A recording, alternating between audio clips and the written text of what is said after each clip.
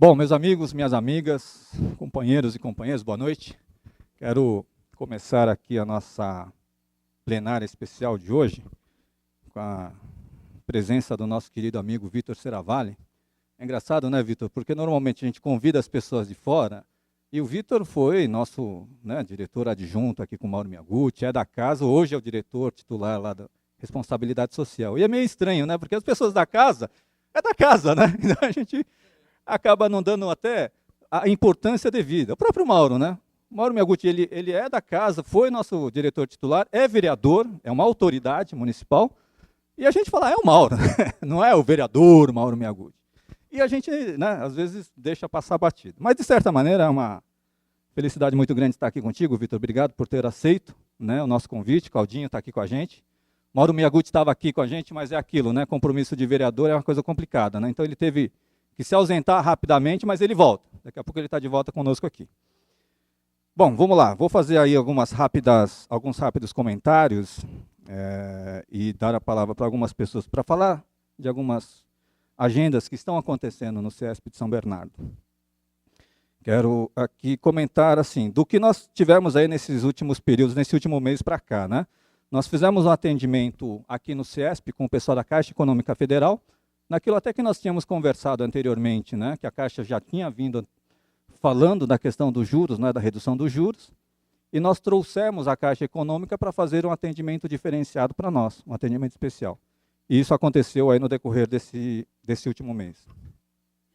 Nós estivemos presentes também, né, inclusive nós três, né, o Vitor ficou mais tempo, né, no evento Humanidade 2012, um evento que aconteceu em paralelo com a Rio +20, né, e aí é o objeto da nossa conversa um pouco, né, vamos falar sobre isso. Eu, Claudinho, nós estivemos lá, também esteve lá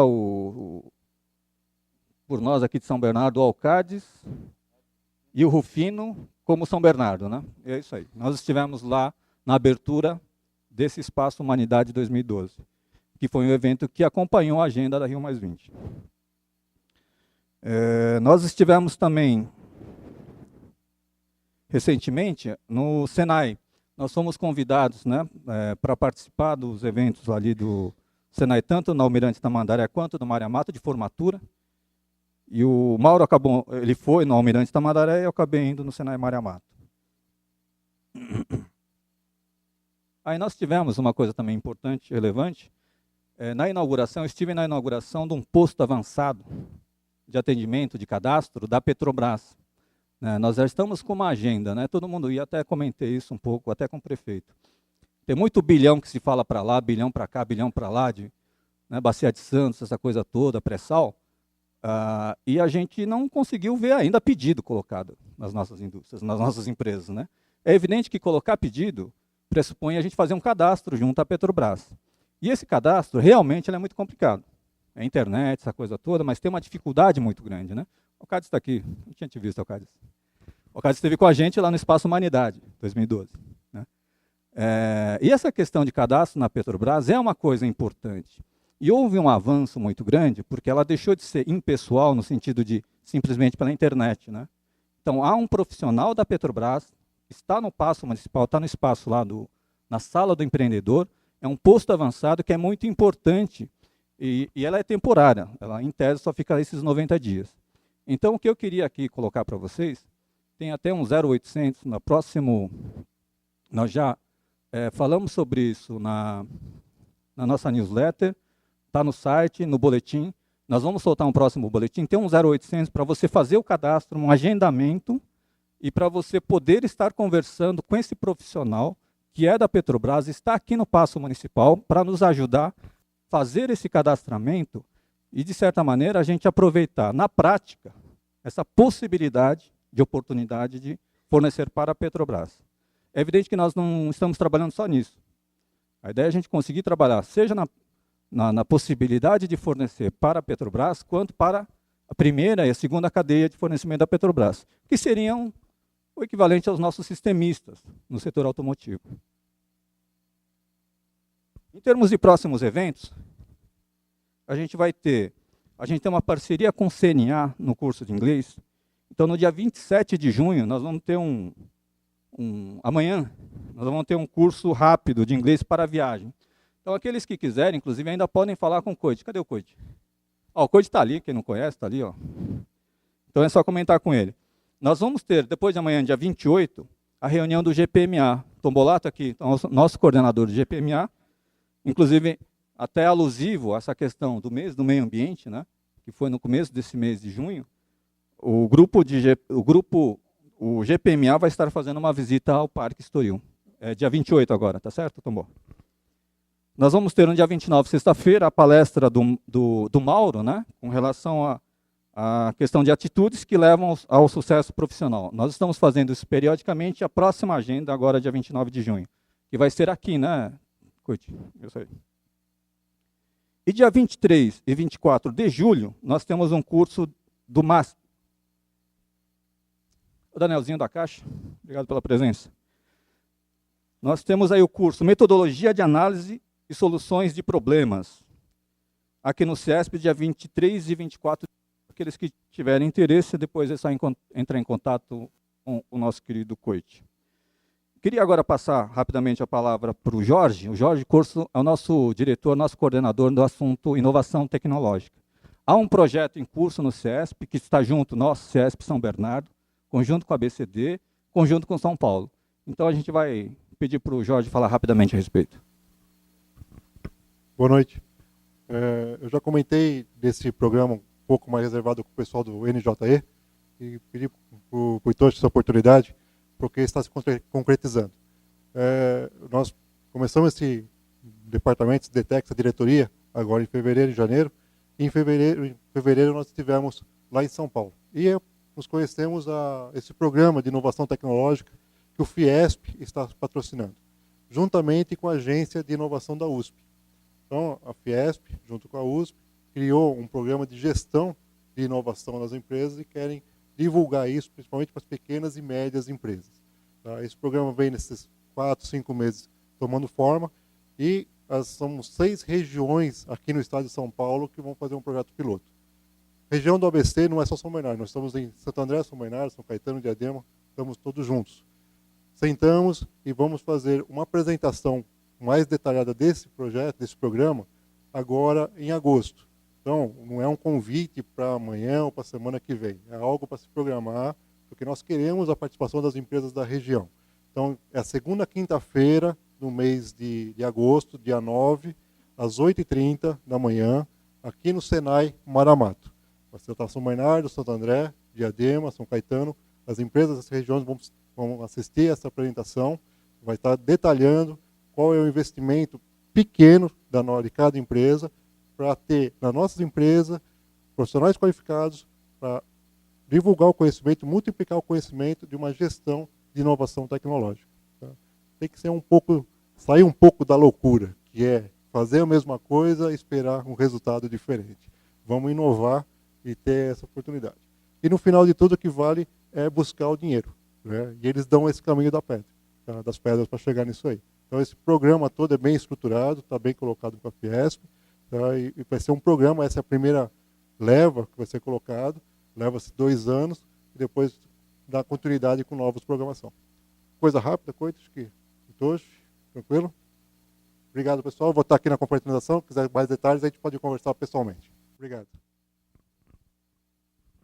Show de bola, Jorge. Essa questão da inovação ela é muito importante, inclusive conversando com uma série de pessoas fora do CIESP, porque assim, nós temos dinheiro para tudo quanto é lado nessa questão de inovação, né? FINEP, FAPESP, CNPq e os cambal.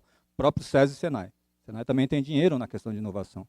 Mas muitas vezes, e até fui convidado agora recentemente, para ir no Sindicato dos Metalúrgicos para ouvir um projeto de inovação na questão Mercosul, que é para fortalecer a cadeia automotiva. Só que o problema, quer dizer, o dinheiro existe, e muitas vezes a gente não consegue o acesso por N motivos. Mas um dos principais motivos é assim, o edital, uma vez que você ganha, você tem condição de ter um profissional que vai te assessorar, que vai te ajudar, um consultor na mais diversa especialidade. Só que nós não temos a pessoa fora do edital, que nos ajude a ficar antenado, ver os editais que estão acontecendo, e daí falar o seguinte, puxa, esse edital cabe na minha empresa. né, e poder ajudar a fazer o edital, porque fazer o edital também cá entre nós aqui, que não entre amigos, é um parto, né? É difícil, né? O burocrático é uma coisa complicadíssima. É tão complicado quanto vender para a Petrobras, muitas vezes. Então, este projeto que o Jorge comentou, nós estamos criando o profissional agente de inovação. Esse agente de inovação é um agente que vai estar no Senai, né, que vai estar sob nosso controle, e vai estar nas empresas também. Porque lá não é responsabilidade só da empresa e não é só responsabilidade externa à empresa. Né? É uma responsabilidade de todos, é uma oportunidade de todos poderem se beneficiar desses editais. Então, esse é um dos projetos que a gente está puxando fortemente no eixo de inovação tecnológica. E que, evidentemente, isso tudo para aumentar a competitividade nas nossas empresas. Bom, passo a palavra agora rapidamente para o Marcelo Bugés, ele vai falar sobre o nosso NJE. Bom, senhores, boa noite a todos. Sou Marcelo, coordenador adjunto aqui do NJE São Bernardo, que é o nosso núcleo de jovens empreendedores. E passar 3 recadinhos, né?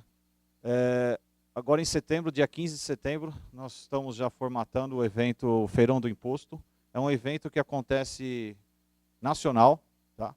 E a gente esse ano vai entrar com a cidade de São Bernardo também participando desse evento. A gente vai escolher, estamos formatando aí no local público de grande circulação, tá? Para poder fazer esse evento, onde a gente vai mostrar, expor vários produtos, como se fosse um supermercado mesmo, expor esses produtos e dizer o quanto ele custa e o quanto nós pagamos de imposto. É uma forma de sensibilizar e conscientizar as pessoas do quão a gente paga de imposto, né, em tudo que a gente consome, em tudo que a gente faz. Né. Um outro recado é a nossa tradicional feijoada. Né, a gente todos os anos promove uma feijoada beneficente, sempre na primeira semana de agosto. Tá? A gente também vai estar divulgando agora, nas próximas semanas, aí, o local e a data certinha. E o outro é uma visita empreendedora. Nós já estamos também formatando aí com 2 grandes empresas, para agora para o mês de julho e agosto, a visita nessas 2 grandes empresas, e contamos aí com a participação de todos. Essa visita tem sempre o objetivo de nós colocarmos aí, conhecer os novos processos, conhecer novas atividades, né, e mostrar e conhecer aquilo que a gente pode fazer de bom. Tá? E o NJE também está apoiando o projeto aí da ciclofaixa, né, aqui para a cidade de São Bernardo. Falta o Rodrigo Lobo aqui, que é o mentor do projeto, vai dar uma explanação para a gente do que é esse projeto. Rodrigo, por favor. Obrigado, Marcelo. Boa noite. É uma honra fazer parte aqui do grupo de vocês, né? Desde o Vitor me inspirou bastante. Há alguns anos eu vejo acompanhando as atividades e eu acho que hoje é uma grande oportunidade de iniciar esse trabalho. Né? Fui convidado para desenvolver e ajudar nesse processo do projeto da ciclofaixa, né? Que é uma realidade que está muito fortemente já ativa em algumas cidades do Brasil, principalmente na cidade de São Paulo. A cidade de São Paulo é a região, é o grande inspirador das outras cidades, né? do sucesso de que, né, uma parceria talvez público-privada, junto com uma série de entidades trabalhando junto, né, divulgando, enfim, alguns benefícios, enfim, grandes benefícios para a cidade, todo mundo tem a ganhar, e hoje realmente já está bem real e concreto. Então, por que não trazer isso para cá? Né? Acho que São Bernardo já passou da hora de puxar essa onda, né? Porque, enfim, agora eu vou mostrar para vocês por que vale a pena a gente trazer esse projeto para cá. Para quem não conhece, a ciclofaixa, ela é, diferentemente de uma ciclovia, tá? A ciclofaixa ela é um espaço reservado, tá, para as bicicletas circularem ao longo da... Assim. Então, a ciclofaixa é um espaço diferente da ciclovia que você consegue circular, tá, junto com os carros, tá, em horários pré-determinados. Geralmente acontece aos domingos, né, como em São Paulo, separado por cones e as faixas devidamente sinalizadas. o conceito de ciclofaixa não é bem esse, só que a gente adotou essa ciclofaixa porque é muito mais fácil, mas o termo correto é ciclovia operacional. A ciclofaixa em si, o conceito real da ciclofaixa é como no Parque do Ibirapuera. Existe uma via, né, pintada que as pessoas que correm e pedalam convivem naturalmente sem problema nenhum. E já a ciclofaixa, ela teoricamente, a definição, até para a gente depois não cair no erro de falar isso é uma ciclofaixa, não, isso não é uma ciclofaixa. Na verdade, eles usam esse termo, tá, ciclofaixa, porque é muito mais fácil do que separar o termo ciclovia da ciclofaixa. A ciclovia requer uma série de investimentos, é muito mais difícil de implementar. Em São Paulo, o grande motivo que eles usam é a ligação entre os parques, tá, da cidade. A cidade de São Paulo ela tem uma vantagem, ela tem as avenidas largas, de 3 a 4 faixas. Né, e isso facilita as grandes avenidas. Eles mapearam e descobriram que todos os parques têm ligações com grandes avenidas. E essas avenidas, né, seria muito mais viável separar uma faixa e continuar com 2, 3 faixas para os carros, para eles continuarem circulando sem problema nenhum. Então, o que eles pensaram? Vamos montar um projeto ligando os parques. Né? Eles começaram com só 2 parques, né? Parque do Povo e Ibirapuera. Começaram a ligar para o Vila Lobos, passando pela cidade universitária. Né? E ele foi implementado em 2009. Tá? 2007 começou o projeto, sendo que as discussões já vieram bem antecedentes a isso, 2005. Então, né, São Paulo entrou com um projeto de lei e conseguiu colocar isso em vigor em 2007, mas devido ao tamanho da cidade, às grandes dificuldades, demorou 2 anos para ser implementado isso. Né? Hoje eles contam com 67 quilômetros de ciclofaixa. É um número muito expressivo, é muito gostoso, não sei quem já passou por São Paulo de domingo. Né? Começou das 7 até o meio-dia, depois expandiu para 1, depois expandiu para as 4. Né? Eles vão ver que as pessoas demoram, assim, tomam o café da manhã às 11 horas da manhã, então não dá para começar a acabar meio-dia. Tá? Mas nada melhor do que começar aos poucos, como começou em São Paulo. E tem um projeto para expandir até 90 e poucos quilômetros, já, né, separando um pouquinho desses parques e abrindo também na Zona Leste. E acabou sendo a primeira lei enfim, a lei brasileira que, enfim, foi a primeira lei de fato que conseguiu formalizar esse processo. Tá? Seguindo isso, 9 estados e 32 cidades, né, incorporaram também na legislação a inclusão de ciclofaixas. Né? Inclusive a gente tem as adjacências de São Paulo, algumas cidades como Barueri, como enfim, Sorocaba, né, um pouquinho mais distante, Guarulhos também. Então, isso está tendo uma expansão tão grande, tão positiva para a cidade, né, que acaba trazendo essa discussão para a gente aqui, de tentar trazer para cá esse projeto. O que a população tende a ganhar com isso? Né? Não sei quem pedala aqui, né? Alguém pedala aqui? Quem pedala? Quem não pedala tem bicicleta, pelo menos? Não. Quem vendeu a bicicleta ou deu... Está em algum lugar a bicicleta? Né? Antigamente as crianças queriam ganhar bicicleta, né? E depois você ia trocando a bicicleta menor para a bicicleta maior e assim vai. Mas agora a gente já desencana um pouco, vai para a academia às vezes, ou vai para a academia do prédio. Né? Não é essa bicicleta não anda na rua, tá? Fique bem claro. Então qual que é o objetivo disso? É tentar essas pessoas que também estão um pouco distantes das bicicletas, tentar estimulá-la para a bicicleta. E não só isso, as crianças também. As crianças elas precisam aprender que tem espaço para elas andarem na rua. Né? A gente hoje não leva as crianças para a rua. Eu aprendi a andar de bicicleta no estacionamento do Paço Municipal ali. Né? Acho que algumas crianças ainda vão para lá, poucas, porque o videogame tem jogo de bicicleta no próprio videogame, então afasta um pouco isso. Né? No estacionamento do Emura, na época, também andava bastante ali, junto com os carrinhos de controle remoto. Né? E aqui agora nem isso a gente consegue direito, então vamos trabalhar para tentar estimular, fazer com que os novos futuros adultos aí comecem a não só pedalar, né, porque a bicicleta acaba sendo um estímulo para outras atividades, né? Acaba sendo uma grande estratégia de atividade física, né? Porque não é tão difícil como a corrida, como, né, jogar um esporte, participar de esporte coletivo que envolve, né, juntar grupos de pessoas, envolve quadras. Quantas quadras a gente tem na cidade? São poucas quadras agora, né? E a bicicleta ela tem sido um grande atrativo para isso. Local seguro, né, como eu falei, não dá para ir para a rua, andar na Kennedy junto com os carros ali. E um principal motivo aí também, que é usar a bicicleta como meio de transporte. Isso foi muito discutido, principalmente quando acontece algum acidente com ciclista, né? Eles trabalham bastante essa questão de o convívio de ciclistas com motoristas, né? Quem quer tentar usar como meio de transporte a bicicleta e não consegue por causa dos riscos e das adaptações que a cidade precisa ter para essas bicicletas, né?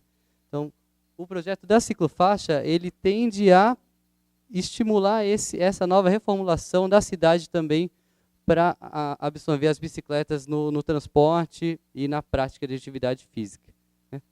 Só que a gente tem algumas barreiras para isso, né? E essas barreiras que a gente tenta calcular os problemas, né, para tentar não entrar com um projeto desse e ter que parar no primeiro mês de operação. Como eu falei, São Bernardo é diferente de São Paulo, as grandes avenidas elas não são tão largas assim, então a dificuldade, também a gente não tem tantos parques na região de circulação de bicicletas como em São Paulo, então a gente teria que pensar em um projeto diferente de São Paulo, né? Projeto diferente, né, para tentar usar o que a gente tem, tanto das vias, quanto das ruas das avenidas estreitas, e né, mesmo estando em São Paulo, a gente estando a uns 15 quilômetros da nossa da grande ciclofaixa lá, né, ainda os motoristas aqui não entendem o que é o convívio com os ciclistas, né? Lá em São Paulo já está despertando porque, né, você passa na rua, durante a semana você vê que está pintada a faixa ali e já sabe, olha, em um dia na semana pelo menos vou ter que respeitar o ciclista. Isso começa a trabalhar a cabeça do motorista até que existe um convívio mais harmonioso. E, né, esse é um exemplo, uma imagem para quem nunca passou. Fica o convite aqui para que vocês, nem que seja de carro, visitem, né? A ideia, enfim, nada melhor do que apoiar alguma coisa que vocês conhecem. Esse é um dos principais objetivos também que eu estou aqui, é trazer um pouquinho mais antes de sair coletando tanto assinaturas quanto colando cartazes nos lugares que vocês escolherem, né? Isso é muito gostoso. Isso é na rotatória da cidade universitária. Olha o quanto de criança. Isso é enfim, talvez seja 11 horas da manhã, meio-dia. Às vezes fica mais cheio do que isso, né? Agora, trazendo para a cidade, a gente pensou num projeto piloto, né, para não gerar um estresse logo de cara para a população, para os motoristas principalmente. Então, tanto não só isso para os moradores da região. Vai fechar minha rua, putz, quando vou sair de carro, né? Existe muito isso, principalmente Santos, São Vicente. São Vicente, população mais idosa, eles não gostam muito de convívio com atividade física, né? Eles não têm, inclusive estão vetando alguns eventos esportivos lá. E a gente não quer que isso aconteça aqui, né? Enfim, vamos começar aos poucos. Vamos assustar. A gente pensou, a princípio, na Aldino Pinotti, ali atrás do Metrópole, uma região ainda que está subaproveitada, uma avenida muito larga, muito gostosa, já tem ciclistas pedalando lá. Inclusive os treinos da nossa equipe é lá, e a gente percebe que passam uns carros muito rápidos ali, que fazem turbulência na bicicleta, a gente tem que tentar minimizar isso. Seriam os domingos, inicialmente das 7 às 13, né? Depois a gente tenta expandir esses horários. Teria 1,3 km de extensão e de volta, 2 trechos. Aí, para implementar isso com mais segurança, com mais força, a gente teria que fazer ações educativas, teria que, de fato, sinalizar as faixas, teria que diminuir a velocidade na via nesse momento. Não tem como jogar 60 km por hora, por mais que tenha faixa, cones, o carro acaba passando pelos cones e atingindo ciclistas. E com certeza, fazer um grande trabalho de mobilização na mídia para tentar estimular a prática também, né? Não adianta ter a ciclofaixa e não ter movimento na ciclofaixa, né? Só vai funcionar se a faixa estiver movimentando, né? E a gente conseguir desenvolver esses novos projetos pensando nisso, eu fiz uma ferramenta, para quem não conhece, de corrida, é muito legal, chama WebRun. Dá para você, inclusive vocês podem fazer para qualquer outro trajeto, já que vocês gostam de passear de patins ou até de carro mesmo. Né, você vai na, eu listei, esse é exatamente o ponto, né, que a gente faria. No Google Maps ainda não está o nome da avenida, tá? Mas teria 1,3 km de extensão e de volta. E eu acho que seria uma boa, na verdade, nós pensando, seria uma boa estratégia de início, já que não atrapalharia ninguém e levaria aquele centro, seria um polo de atividade física naquela região, aproveitar uma avenida em potencial larga e bem gostosa também. Dando sequência no projeto, nada mais melhor do que dar sequência no projeto, né? Não adianta nada deixar um espaço muito fechado e daqui a pouco, né, o que vamos trazer para a população, sendo que eles vão andar 1,3 km de bicicleta. Né? Aquelas pessoas mais experientes do ciclismo, elas gostam de pedalar maior distância, né? Então vamos tentar atrair os adolescentes e os adultos também para esse projeto. A gente pensou em outros grandes eixos, como João Firmino e Robert Kennedy, Caminho do Mar, Afonsina, Lauro Gomes e Aldino Pinotti. Aí ligaria com a ciclofaixa piloto. Tá? A gente ampliaria o trajeto, daria para fazer integração também com os parques e praças. Né? De repente, eventos paralelos acontecendo no Parque Salvador Arena, ali na área verde. Então, a gente começaria a movimentar a cidade com a ciclofaixa. Aí, consequentemente, né, o pessoal iria nos ver mais. Né? Não só no Aldino Pinotti, quem não passa ali só de passagem não vai nos ver. Teria que também expandir para a cidade para começar essa educação, né, verdadeira. Esse é também o trajeto, seria 8,7 km de extensão, a Robert Kennedy a João Firmino. Como que eu listei isso? Peguei um dia de bicicleta e rodei a cidade. Isso foi nesse domingo que eu quis entender se era viável tudo que eu pensei. E a gente eu percebi que seria possível. Óbvio que esse projeto ainda precisa ter mais análise e tal, mas inicialmente é uma ideia que pode dar certo. Tá? Ainda mais a João Firmino nova, revitalizada, está bem gostosa. Tem uma ciclovia nela, pedalei na ciclovia, depois eu dou meu parecer sobre isso, mas daria para fazer uma ciclofaixa paralela e fazer esse eixo. Tá? Caminho do Mar, Lauro Gomes e Aldino Pinotti. Né? Esses pontinhos são os trechos que você vai clicando para fazer o traçado correto. Tá? Seria um trecho mais amplo de 15 km, aí seria o projeto mais arrojado. Que aí a gente ligaria principalmente grandes eixos e centros, e aí, a partir disso, a gente conseguiria talvez ligar a cidade inteira com uma ciclofaixa, mesmo pegando as avenidas mais estreitas. Né? Operacionalização disso, né, pensando o que a gente tem a ganhar com isso, é também aproveitar, como eu falei, buscar novas oportunidades da prática da atividade física na cidade. A ciclofaixa estimularia outras modalidades esportivas, aproveitando principalmente os espaços subaproveitados, como a Estrada Velha de Santos, para quem não conhece, que é uma região muito legal, ainda bem perigosa, não tem convívio muito harmonioso entre motoristas e ciclistas e pedestres, corredores. Parque Estoril, ginásio poliesportivo, daria para aproveitar o Paço Municipal, daria para aproveitar as avenidas, as praças os parques são vazios. Eu passei em algumas praças, aproveitei e dei umas entradas nas praças, elas mortas, sem atividade nenhuma. Tá? Isso também estimularia muito essas novas modalidades e, claro, também os centros esportivos, Baitão, Baitinha, essa nova pista de atletismo. Né? Acho que seria um projeto muito gostoso, sendo que é uma cidade bem acolhedora e tem um potencial absurdo de atividade física. Inclusive tem a parte aquática, né? Tem a represa. Eu nado na represa, ela é gelada agora no inverno, mas dá para também estimular os esportes aquáticos, os náuticos e aquáticos. Tá? E já viajei um pouquinho, a gente viajando um pouquinho mais, daria para fazer também um eixo na cidade de corrida, né? Porque agora existem alguns centros alguns corredores de corrida, né? Corrida de rua, para quem ou caminhada, né? Não só corrida. Então daria para, com a ciclofaixa, também estimular esses corredores de corrida e caminhada na cidade, que um dos esportes mais praticados no Brasil. Tá? E para encerrar, como que a gente faria isso? Né? Como que a gente traria isso? Não adianta só pintar a faixa e colocar, que a gente não vai trazer o público para a prática da atividade. A gente teria que sim fazer uma divulgação para eles a população entender o que está acontecendo, qual o objetivo principal da ciclofaixa. Isso com divulgações, como a gente já vem fazendo, e a gente vai tentar fortalecer a partir de hoje isso, sendo divulgação em sites, blogs, Facebook, opinião pública, sugestões, né, as assinaturas, e tanto virtuais quanto físicas. Tá? Isso é muito importante, parece que não, mas o apoio, principalmente saindo daqui, eu acho que aqui pode ser eu acho que aqui a gente tem, todo mundo aqui tem potencial grande de divulgação, né, de abraçar essa ideia e trazer. Eu acho que vai ser, né, uma honra para a gente também ver isso sendo concretizado. Né? Eu tenho certeza que quem está aqui, observar uma ciclofaixa dessa funcionando, vai querer resgatar depois, pesquisar sobre bicicleta. Depois eu posso dar uma ajuda aí, quem quiser comprar bicicleta. Tá? Não que eu venda bicicleta, mas ninguém sabe comprar bicicleta. Né? Todo mundo compra com... Né? Todo mundo tem dificuldade com isso.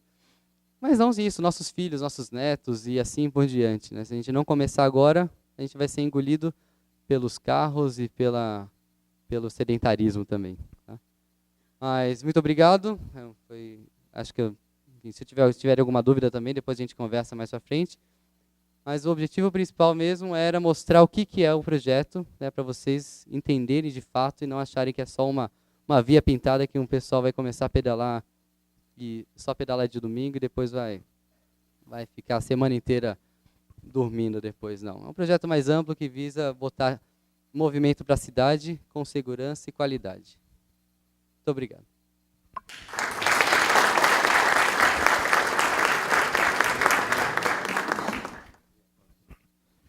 Valeu, Rodrigo. Bem bacana. Bom, mais do que nunca, a gente sempre teve, né? O CESP São Bernardo, nós estamos entre amigos, né? E no final nós somos uma grande família. E agora, literalmente, é uma família, né? Porque o Rodrigo é genro, o futuro genro, né? Candidato a genro. Ainda não passou em tudo ainda, né? Mas ganhou um pontinho hoje. Ganhou um pontinho, então tá certo. Rodrigo, tá indo bem. É bom de projeto. Eu vejo que uma coisa que era importante, né, Rodrigo, dividir conosco aqui entre amigos, é que, de certa forma, o Rodrigo levou esse projeto para o Mauro, enquanto vereador, né?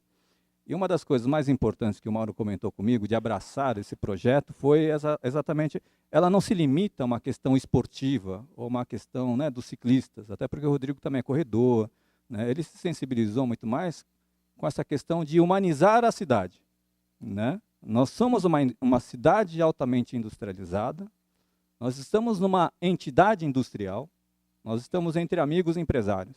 É evidente que e como nós estávamos agora há pouco falando sobre autopeças, regime automotivo, tributos para lá, né? Mas, de certa forma, ela extrapola isso. Mesmo o trabalho que o Bugés comentou do NJE, uma das coisas mais importantes, e eu tenho ressaltado aqui, eu peço, né, e convido a todos os nossos amigos, os filhos dos nossos amigos, que venham participar do nosso núcleo de jovens empreendedores, porque mais do que nunca é lá que nós vamos começar a formar novas lideranças. Né? Isso é muito importante para nós. Né? E aí o Rodrigo está trazendo esse projeto da ciclofaixa, uma das coisas mais importantes, naquilo que, como o Mauro falou comigo, do tipo, vamos trabalhar esse projeto, vamos, no sentido de humanizar a cidade, sim, sem dúvida nenhuma. Mas eu, mesmo sendo vereador, eu não consigo simplesmente levar o projeto. Nós precisamos sensibilizar as pessoas. E nesse processo de sensibilização, uma das coisas que é muito importante é o abaixo-assinado.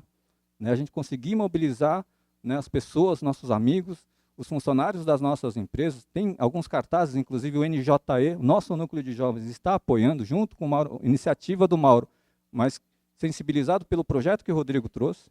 Então, isso mais do que nunca ela é super importante, porque a partir desse momento em que nós temos, o Mauro vai ter essa lista de pessoas que querem uma ciclofaixa, ele vai ter poder de poder conseguir implementar, né, pleitear isso junto à prefeitura e conseguir implementar. Então, isso eu acho que é extremamente importante. E o próprio núcleo, aí, conectando um pouco do núcleo de jovens, eles têm uma agenda técnica, né, de formação, de trazer pessoas profissionais para falar um pouco sobre liderança, essa coisa toda, mas também tem umas ideias malucas. Né? Trouxeram agora, recentemente, o Ivan Reis, que é o desenhista do Lanterna Verde.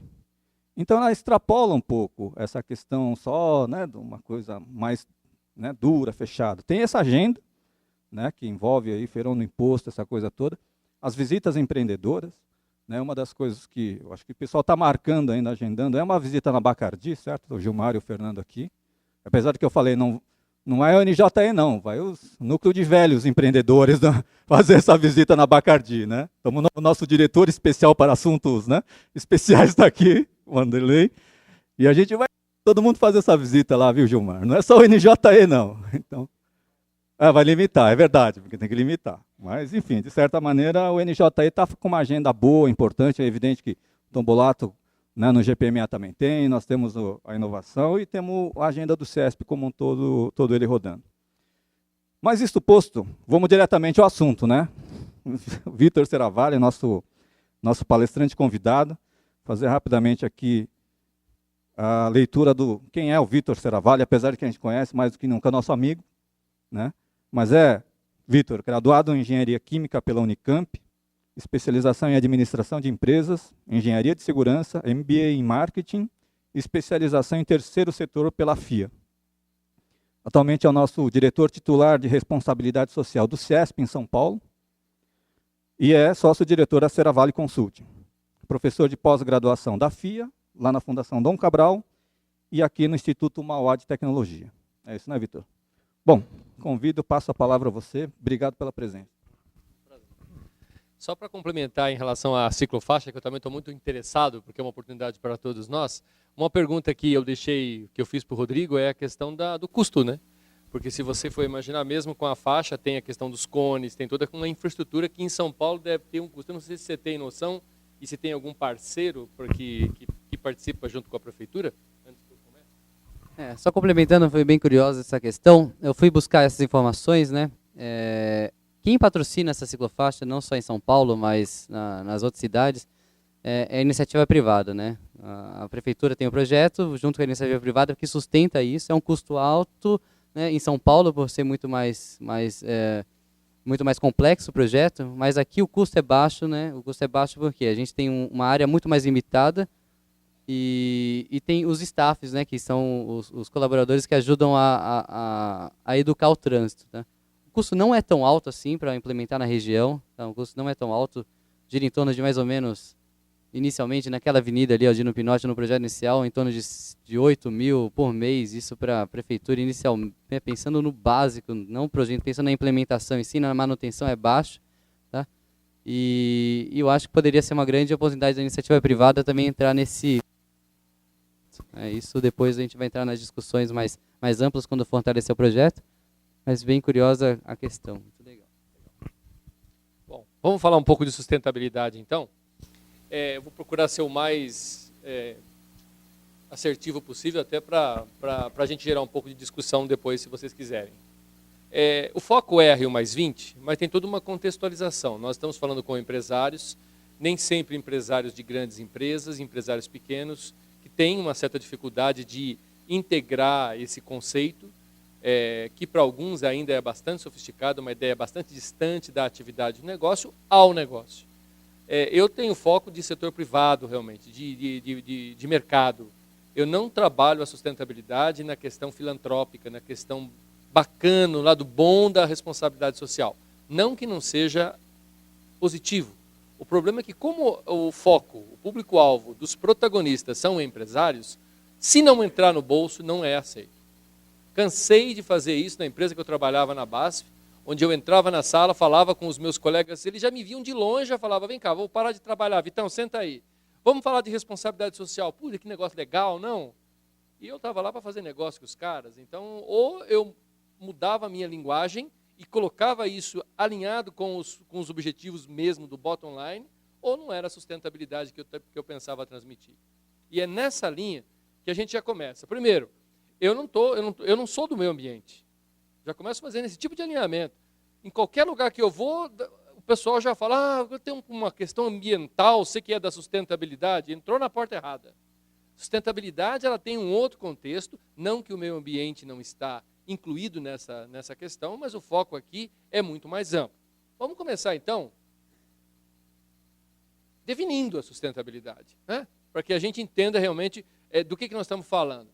A definição da Comissão Mundial do Meio Ambiente e Desenvolvimento lá atrás, né, num livro que é chamado de Relatório Brundtland, ou Nosso Futuro Comum, definiu a sustentabilidade ou desenvolvimento sustentável da seguinte forma: é a satisfação das necessidades do presente, do hoje, sem comprometimento da capacidade das gerações futuras de fazer o mesmo.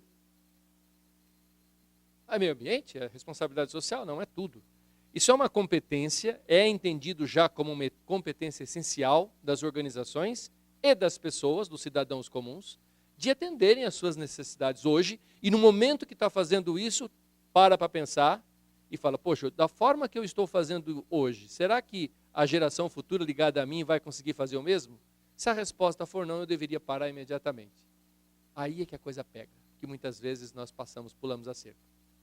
A gente passa essa linha tênue, que muitas vezes está ligada com questões éticas, por exemplo. Então você consegue atender a sua necessidade hoje, mas provavelmente teu filho vai estar com dificuldade de fazer o mesmo. E assim também acontece com as organizações. Elas têm necessidade de caixa, elas têm necessidade de melhorar a margem, elas têm diversas necessidades, né? Bem-vindo à selva, quem é empresário. Só que na hora que a gente troca um fornecedor ou troca uma matéria-prima, eventualmente você pode estar acabando com a sustentabilidade da empresa no médio e longo prazo. Um fornecedor que tenha um problema na sua cadeia, vou dar só um exemplo, vocês conhecem a Zara, né? Por exemplo, entre outras, podia um pouco mais na questão. Quando você opta por uma redução de custo que não está alinhada com valores e princípios éticos, você está correndo um risco. E esse risco é seu, empresário. E aí tem a ver a sustentabilidade. Pode ser que dure muitos anos, como pode ser que a pressão dos tais stakeholders ou públicos de interesse aumente e a sua empresa corra risco. Né? É aí que nós estamos falando realmente do impacto da sustentabilidade. Bom, existe uma palavra também, uma palavra em inglês, aliás a gente usa às vezes alguns termos, né? Stakeholders. Stakeholders são partes interessadas, públicos de interesse. Quem são os stakeholders da minha empresa? São os funcionários, são os fornecedores, a comunidade do entorno da minha empresa, os clientes, os acionistas.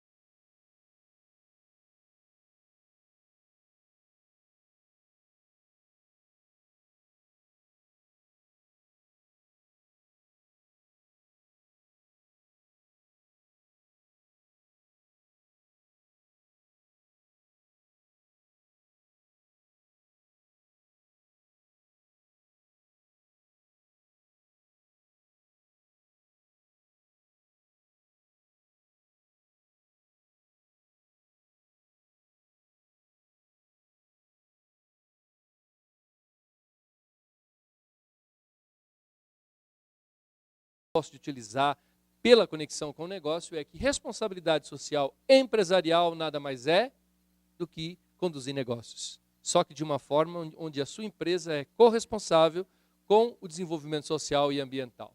Ou seja, você está buscando lucro, você não está buscando outra coisa, porque a empresa é uma organização social com fins lucrativos. Se você tira o dinheiro do acionista para fazer alguma questão que não está ligada com o negócio, você está indo contra a origem do negócio. Você quer saber de uma coisa? Quando eu mudei de carreira, eu era um executivo da multinacional, como vocês conhecem, da BASF, e eu assisti um vídeo do Peter Drucker, que eu acho que aí todo mundo conhece. E o Peter Drucker falou olhando para mim, naquele bendito daquele vídeo. Para quem quer ver, quiser ver, ele é um DVD que está junto com o filme The Corporation, A Corporação, que é um dos filmes que fala da questão ética relacionada às pessoas jurídicas. Né? E o Peter Drucker olhava assim para mim, eu na frente da TV, e ele falava assim, se você na sua empresa tem um dono de negócio que gosta muito da questão social, demita-o. Ele perdeu o foco no negócio. E provavelmente ele vai, de uma forma ou de outra, prejudicar o resultado final. Eu olhei aquilo e não entendi, porque eu tinha acabado de sair da BASF e estava trabalhando na minha carreira. Aliás, é difícil entender, mas o que ele quis dizer não é que a pessoa não gosta da ação social, gosta do valor ambiental, você tem que ser demitido. Não. A questão é que quando ele esquece o fim para que foi criado, a empresa foi criada e ele tira o dinheiro dali achando que está fazendo o bem, quando na verdade não está. Né? Quando você é um empresário que tem uma capacidade grande, aqui nós temos exemplos disso, como em São Bernardo, a Fundação Salvador Arena, a Fundação Espaço Eco da BASF, que institui uma organização com esse fim, é uma outra condição. Nós aí temos duas organizações, a empresa e a organização social. Mas quando você é empresário, né, como aconteceu comigo, fui visitar uma empresa, estou lá conversando com o empresário, de repente a secretária entra e fala, doutor, tem uma moça aí fora querendo falar com o senhor. Aí ele fala, quem é? É a diretora da escola que fica aqui ao lado. Ele, escola? Tem escola aqui ao lado? Puxa, não sabia, a empresa da família não sabia que tinha uma escola do lado, né? Aí ele falou, o que ela quer? É que nós vamos ter o dia do meio ambiente, aí ela quer falar com o senhor. Aí ela entrou, aí ela começou a conversar de que ia ter uma comemoração lá e que ela queria participação. Ele convidou o empresário, será que o senhor gostaria de participar do nosso, né? Ele olhou e falou assim, mas quanto é? Ela não falou em dinheiro, ela perguntou se queria participar, mas aí ela falou, bom, eu vou investir lá uns R$2.000. Ele falou assim, então tá bom. Achou barato, pegou o talão de cheque na minha frente e falou assim, fez um cheque no valor de R$1.000, assinou, destacou e entregou para ela, aqui ó, é a minha contribuição. Agora a senhora me dá licença que eu estou em reunião aqui e eu tenho que continuar o meu negócio. Ela falou, tá bom. Ela não entendeu bem o que estava acontecendo, saiu da sala, agradeceu. Agora o pior veio depois. Ele olhou para mim e para a secretária e disse assim, viu? Responsabilidade social. A gente precisa fazer isso. O que ele fez, pessoal? Ele fez responsabilidade social ou jogou dinheiro fora? Ele jogou dinheiro fora, porque eu nem sei se ela iria usar esse dinheiro mesmo. Usou.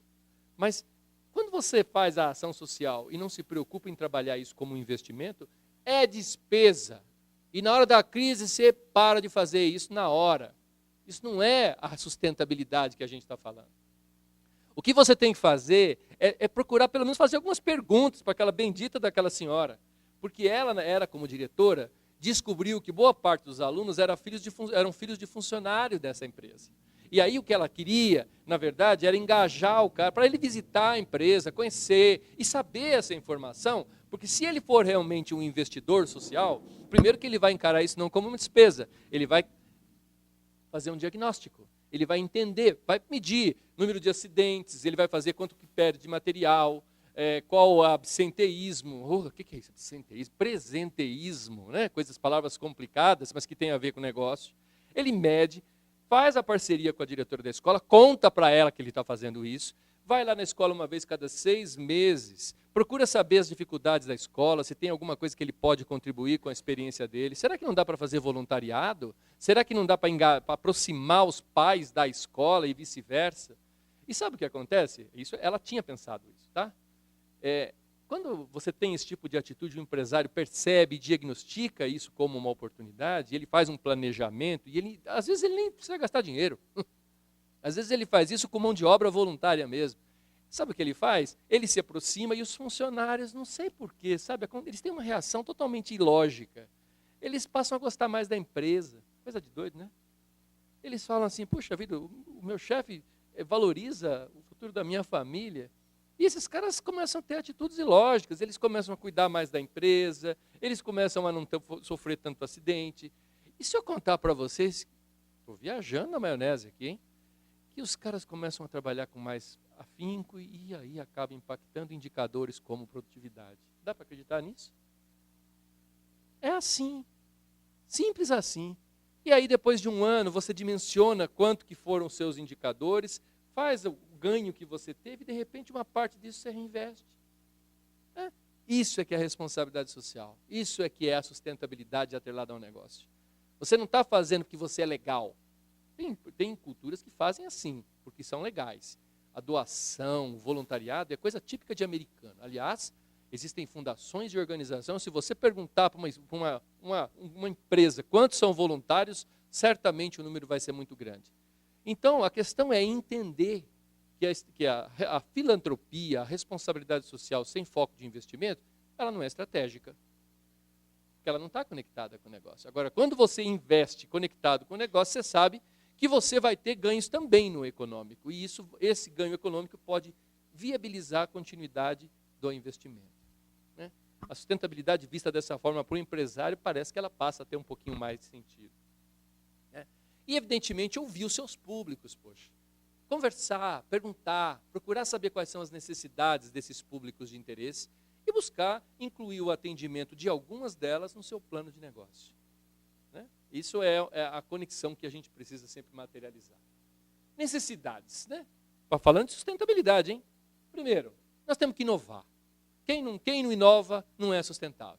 Né? Em time que está ganhando tem que mexer mesmo, porque aí você realmente torna isso uma oportunidade. Vocês sabem que uma vez o SESI me convidou para fazer uma palestra sobre os impactos da crise de 2008 e 2009 nos investimentos de sustentabilidade das empresas. Eu falei assim, bom, tranquilo, vai ser a primeira vez que eu não vou ter que estudar, eu vou contar o meu case. Que naquela época era assim, né? Eu ligava para os meus potenciais clientes, como é que está aquela minha proposta? Boa pra caramba, mas agora nós estamos em crise. Né? E eu ficava como, então eu vou contar a minha história. Mas não, pessoal, eu fui pesquisar, tem um santo que eu chamo muito nessa hora, São Google, conhece? Conhecido, né? Mas fui em universidade, fui em publicações e descobri 4 pesquisas no mundo. 4. 2 aqui no Brasil, da revista Exame e da Deloitte, e 2 fora do Brasil, do Instituto IBM e da The Economist. As 4 pesquisas mostraram o mesmo resultado. Aliás, se alguém quiser ver a pesquisa nacional, eu tenho, e é fácil de lembrar na Exame, porque é a capa que tem o presidente da Perdigão e da Sadia dando a mão quando foi feita a primeira conversa de fusão. Naquela pesquisa que saiu essa matéria. E sabe qual é a conclusão? Na época da crise, as empresas que têm a sustentabilidade na sua estratégia, o que elas fazem? Elas investem mais em sustentabilidade. E elas investem com fins claros de aumento de competitividade, de acessar novos mercados e de reduzir custos. Né? Ou seja, você continua investindo na sustentabilidade, mas você usa isso em marketing como posicionamento por diferenciação para ganho de mercado. E vencer a crise. Então, cuidado. Esse negócio de falar, essas pessoas que têm o estalo, né, a atitude de reduzir custos, aliás, tem gente dentro das nossas organizações que são craques nisso. Não sei se vocês vão conhecer esse perfil que eu vou descrever agora. Na hora que ameaça a luzinha no fim do túnel da crise, esse cara já começa a cortar cafezinho, cortar papel, ninguém viaja, ninguém faz isso, ele começa a demitir um ou outro, sabe? Esse cara é aquele cara que está criando, ele está tentando mostrar para o seu chefe, para a sua liderança, uma percepção de que é comprometido para a empresa, mas esse cara ele está destruindo muitas vezes valor. Por quê? O foco dele não é investimento, o foco é custo.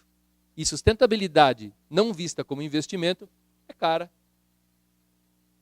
Ou seja, o foco da sustentabilidade tem que ser atrelado com uma visão de prazo. Não dá para você, eu vou entrar na Rio+20, vocês vão entender isso muito melhor. Como é que você pode esperar que um documento que resolve o mundo inteiro vai ser em 2 semanas? Que ilusão é essa que a gente pode ter de imaginar que países em crise vão assinar um documento que vai arrancar mais dinheiro do bolso deles? Só se for louco para pensar isso. Né? Mas vamos discutir isso um pouquinho depois. A questão principal é sempre imaginar como investimento. E como é que é o investimento? Por menor que seja a ação social, sempre fazer um diagnóstico. Com base no diagnóstico, definir uma meta, um objetivo.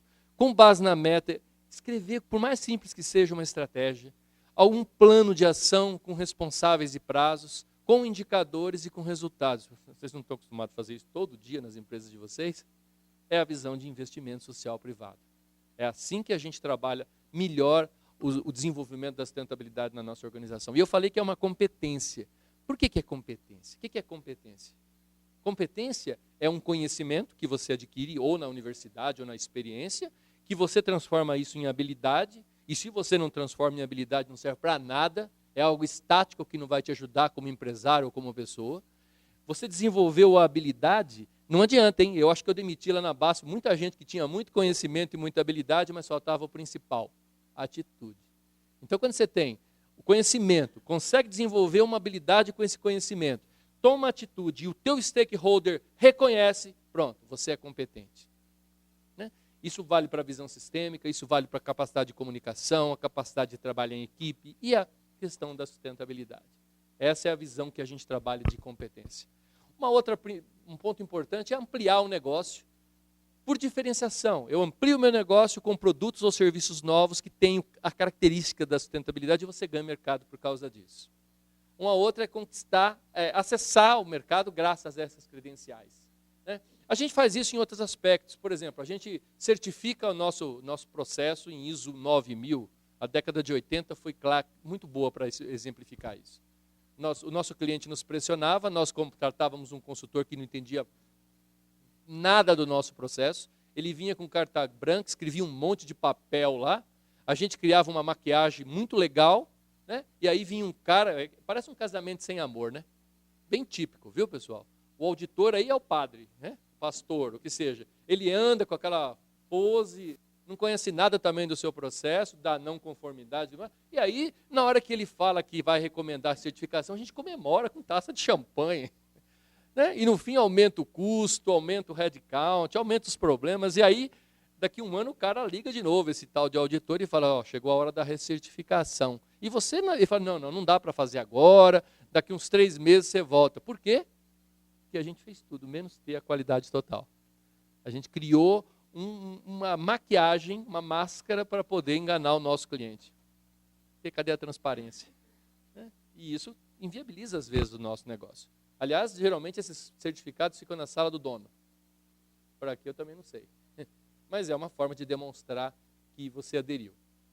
E, finalmente, a conduta ética baseada em valores e princípios. Sem ética, sem princípios, não tem sustentabilidade. Então, tudo que eu falei antes, joga fora. Bom, a atitude é o principal, né? A atitude das empresas em relação à sustentabilidade é encarada cada vez mais como sua evidente capacidade de enfrentar desafios. Aí sim você demonstra o quanto você está preparado, né, para ter a competência da sustentabilidade. Vamos falar um pouco da Rio+20. Né? Como é que a gente começa a falar da Rio+20? Não sei se vocês sabem, o slogan da Rio+20 é o futuro que queremos. Essa foi a mensagem. Ou seja, nós estávamos lá para discutir o futuro que nós queremos ou necessitamos. Né? O mundo se preocupa com isso, viu? Isso, apesar de ser bastante jovem a sustentabilidade, ela já completou 40 anos. Né? Um grupo de estudiosos começou lá atrás, um grupo chamado Clube de Roma. Depois nós tivemos a Conferência de Estocolmo, que foi realmente a primeira. Lá a gente percebeu a primeira preocupação em relação, puxa, nós estamos acabando com os nossos recursos, eles são finitos. Né? E aí os ambientalistas daquela época já começam a entender que não dá para viver longe das empresas. As empresas começam a perceber que elas foram cruéis com o meio ambiente. Eu trabalhei numa empresa, a BASF, que chegou a comprar uma ilha para pôr resíduo lá no Canadá. Sabe o que é comprar uma ilha só para pôr resíduo? Vai visitar essa ilha hoje. Eles tiveram que fazer toda a limpeza, toda a recuperação, justamente porque não dava para viver assim. Né? Um outro exemplo bem próximo, até para usar da empresa que eu vim, eu me lembro que em Paulínia, era uma área muito linda ali, que muitas pessoas compraram chácaras para viver a velhice. Né? Aí chega uma empresa, a Shell, e ela contamina o solo de uma forma dramática. Aí vem a American Cyanamid, compra da Shell, e a BASF compra da American Cyanamid. As três estão pagando o pato até hoje nos impactos que aconteceu por contaminação, por produtos extremamente críticos e tóxicos. Só para dar um exemplo, existem outros e outros desse nível. Depois aconteceu, aqui aparecem as ONGs pela primeira vez, as ONGs. Aí depois nós tivemos a Rio 92, até então a maior conferência mundial do meio ambiente, já foi ultrapassada pela Rio+20 e outras iniciativas até chegar ao evento que eu vou estar descrevendo agora. Né? Aconteceu de 13 a 22 de junho de 2012, em fases diferenciadas, ou seja, chama-se Rio+20. Vocês sabiam que quem deu a ideia da Rio+20 foi o Lula? Em 2007, numa Assembleia Geral das Nações Unidas, ele deu a ideia colocando que, primeiro, havia uma conexão de tempo bastante importante em relação aos 20 anos da Eco 92. a questão da proximidade do vencimento dos prazos do protocolo de Quioto, que acontece em 2012, final de 2012, e também os objetivos do milênio, que são 8 metas, que vão vencer agora em 2015. E ele deu muita repercussão, o pessoal não queria, por que será? Porque já não estavam em situação tão favorável, né? Se bem que a crise principal aconteceu 1 ano depois, né? Mas, enfim, foi aprovado. O Ban Ki-moon, que é o secretário-geral das Nações Unidas, tinha uma expectativa bastante alta em relação ao Rio+20, como uma das mais importantes reuniões globais de desenvolvimento sustentável. Eu não vou dizer que não foi. Foi sim, né? A visão deve ser clara, uma economia verde e sustentável, a primeira vez que aparece essa palavra, economia verde. Nós vamos escutar muito dela daqui para frente, principalmente nós empresários, que proteja a saúde do meio ambiente e apoie o alcance dos objetivos do milênio, né? Uma outra coisa que ficou muito forte, que não apareceu em 92 era muito meio ambiente. Não sei se vocês se lembram, mas em 92 o Brasil especificamente estava num momento muito especial. O presidente do país veio, fez a abertura, posou para a foto e correu para Brasília para tentar salvar o mandato. Algo que não conseguiu, por sinal. Mas, enfim, as expectativas eram bastante altas. Apesar do nome Rio+20 se referir aos 20 anos da Rio 92, nós estamos trabalhando muito a Rio+20 como hoje +20. Ou seja, o que nós vamos ter em termos de mundo, e nós como protagonistas dessa transformação para a sustentabilidade daqui até a Rio +40, podemos dizer assim. A comemoração de 20 anos da Rio+20 e dos 10 anos da Cúpula Mundial de Desenvolvimento Sustentável que aconteceu na África do Sul. Bom, vamos falar dos locais. Um evento enorme. Quem esteve lá, realmente, eu participei todo o tempo, por motivos óbvios, é o que eu faço hoje, mas eu acho que eu visitei dos 100% de eventos que aconteceram lá, acho que uns 2. Que é muita coisa ao mesmo tempo, de diversos públicos. Lá deu para aprender muita coisa. Algumas pessoas daqui foram no Humanidades. Humanidades era um espaço que aí o nosso chefe lá da Fiesp certamente ganhou muitos pontos, porque ele acreditou naquilo lá. E muitos foram, eu vou mostrar alguns números depois, mas muitos eventos importantes, globais, aconteceram naquele espaço lá no Forte Copacabana. Uma ideia bastante criativa, interessante, né? Mas aqui é só para vocês terem uma ideia no mapa do Rio, a enormidade de eventos.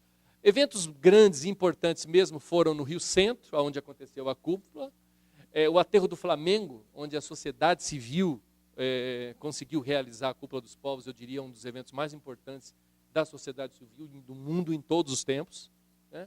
A sociedade civil realmente deu uma demonstração de competência na questão das articulações, algo que impressionou todo mundo, né? Além de outros eventos. Durante 9 dias, milhares de eventos foram realizados, né? Eu vou mostrar alguns números dessa conferência. A ONU declarou como a maior conferência que ela já realizou no mundo, em todos os tempos. Mais de 513 bilhões de dólares de compromissos, ou seja, o pessoal deu tiro e saiu correndo atrás da bala, né? Ou seja, o pessoal se comprometeu, embora não tenha nenhum documento firmado mostrando que realmente isso vai ser cobrado posteriormente. Mas para você ter uma ideia, os prefeitos do C40, né, das maiores cidades do mundo, liderados pelo prefeito de Nova York, assumiram metas de redução de emissão de carbono, né? Ou seja, se eles vão cumprir, vamos ver, né? 692 compromissos voluntários para o desenvolvimento sustentável por empresas. Eu mesmo participo de uma iniciativa chamada Pacto Global, e lá os empresários assinaram uma carta com 10 metas que eles vão correr atrás agora, e lá estão empresas como Braskem, Petrobras, os bancos todos, a Caixa Econômica, o Bradesco, o Banco do Brasil, o Santander, entre outros, né? Participantes registrados, porque a ONU, o Rio Centro, se torna um território da ONU. Ele não é Brasil. Se passa como se fosse por uma alfândega, podemos dizer assim. Foram 45.381 credenciais, né? Delegações de 188 estados e mais 3 observadores mandaram delegações. Eu não sei se vocês chegaram a conhecer, mas em 92, uma menina de 12 anos do Canadá, ela fez um discurso que ficou chamado como a menina que calou o mundo por 5 minutos. Ela fala, e hoje ela está com 32, veio no Brasil novamente, eu tive a oportunidade de conhecê-la, conversar com ela. porque eu uso o filme dela em todas as minhas aulas, é até uma coisa interessante. E eu falei, por que você está aqui agora? Ela tem 32 anos, tem 2 filhos, e ela disse assim, eu estou vindo aqui para tentar salvar o meu país. Porque o Canadá tinha em 92 uma percepção que nós ainda temos do Canadá, eu não sei se todos, que o Canadá é um país extremamente moderno, um país avançado, que valoriza essas questões. Balela. Foi o primeiro país a abandonar o protocolo de Kyoto, e as questões da sustentabilidade eles não estão nem aí. E aí surgiu na mídia uma frase que ficou conhecida, um blog, que chama We Can't Nadar, ou seja, nós não podemos, né? E aí eles criaram uma contraposição que se chama We Can Nadar. E eles vieram aqui, só jovens, para pressionar a delegação canadense para criar um posicionamento melhor na Rio+20. E isso eu estou contando de um país. Todos os países fizeram a mesma coisa. Né? 12 mil delegados que compõem esses 188 Estados-membros, e a mídia tinha 4 mil pessoas da imprensa, 4.400 pessoas da segurança. Quem mora no Rio sabe. Aliás, a percepção deles foi positiva, melhorou a segurança no Rio no período. Né? Alguém sabe quanto custou a Rio+20 para o Brasil? Um chute.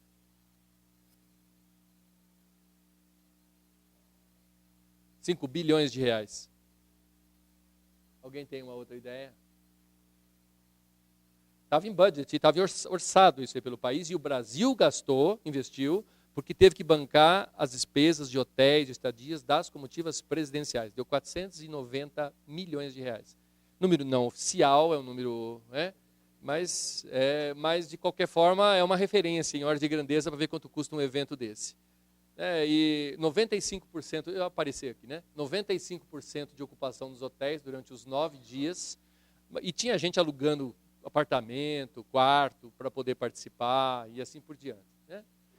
Muitos voluntários, uma inclusão de 5% dos voluntários, nós estamos falando da nossa lei de cotas, fala em 5% para quem tem mais de 500 funcionários, então aqui deu um número bastante grande de inclusão também. Um evento maravilhoso, quem pôde participar certamente curtiu. O Rio Centro é uma área muito grande, aqui também tem alguns dados, eu não vou entrar tanto em detalhes aí. O Parque dos Atletas, que é uma área anexa ao Rio Centro, lá eles fizeram uma exposição com 57 países, com galpões, mostrando inovações tecnológicas. O Catar, por exemplo, estava praticamente vendendo o país, dando DVD com brindes para convencer a gente a conhecer. Ou seja, os países encararam também como uma oportunidade de exposição. O evento, ele teve, como eu falei, o evento oficial, que é a conferência, eventos paralelos, e outros diversos milhares de eventos, exposições e assim por diante. O objetivo principal dela era definir um modelo internacional para os próximos 20 anos, um modelo global, nós não estamos falando de um modelo só local, com base na preservação do meio ambiente, priorizando a qualidade de vida e a erradicação da pobreza. Bem a questão da viabilidade mesmo, a questão do meio ambiente e a questão da responsabilidade social. E a economia verde e o desenvolvimento sustentável com um conceito mais, uma visão geral, uma visão global. Economia verde, o que é economia verde? Tem um pouco, por isso que eu faço aquela introdução, porque a economia verde é a economia que visa melhorar o bem-estar humano, reduzir as desigualdades a longo prazo, de forma a garantir a sustentabilidade para as futuras gerações, sem expô-las aos riscos ambientais e escassez tecnológica. Nós estamos falando basicamente de você fazer negócio, preservando o meio ambiente e cuidando da sociedade. Basicamente é isso. Existem princípios para isso, existem orientações. E é sobre elas que, eventualmente, vocês que são empresários, no mínimo, conhecer um pouquinho mais. Mas não conhecer para tirar o peso da consciência, porque não é esse o foco. O que dos 283 tópicos do relatório de 53 páginas em inglês, em português deu um pouquinho mais, o que tem a ver com o meu negócio?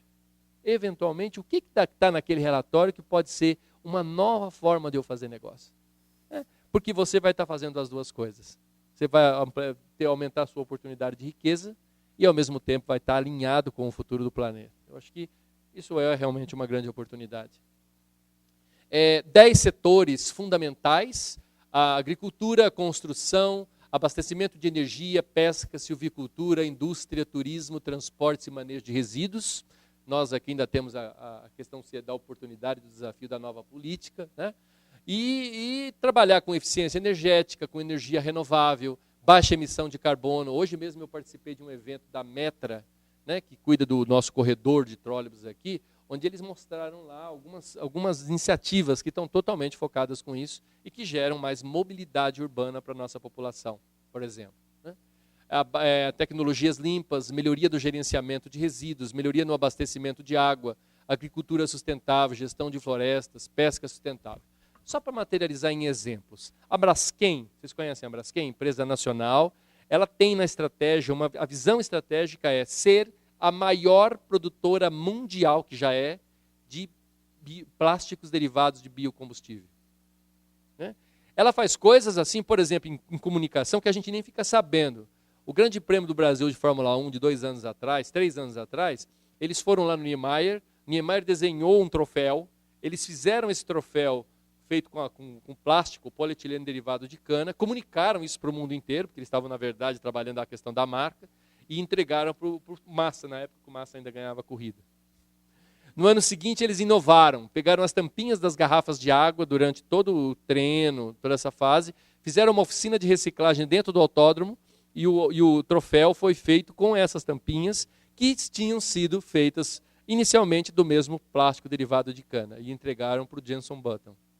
E eles comunicam isso e hoje já estão começando a ganhar mercado no exterior com base nessa questão. A Embraer, com a GE e a Azul, numa parceria, mais uma empresa, se eu não me engano, não sei falar o nome, é a Miris, eles fizeram uma parceria e já fizeram o primeiro voo com querosene derivada de material renovável. Né? Ou seja, eles já estão planejando, isso está bem forte, a Rolls-Royce também faz a mesma coisa, de trabalhar a substituição da famosa querosene por querosene derivada de biocombustível.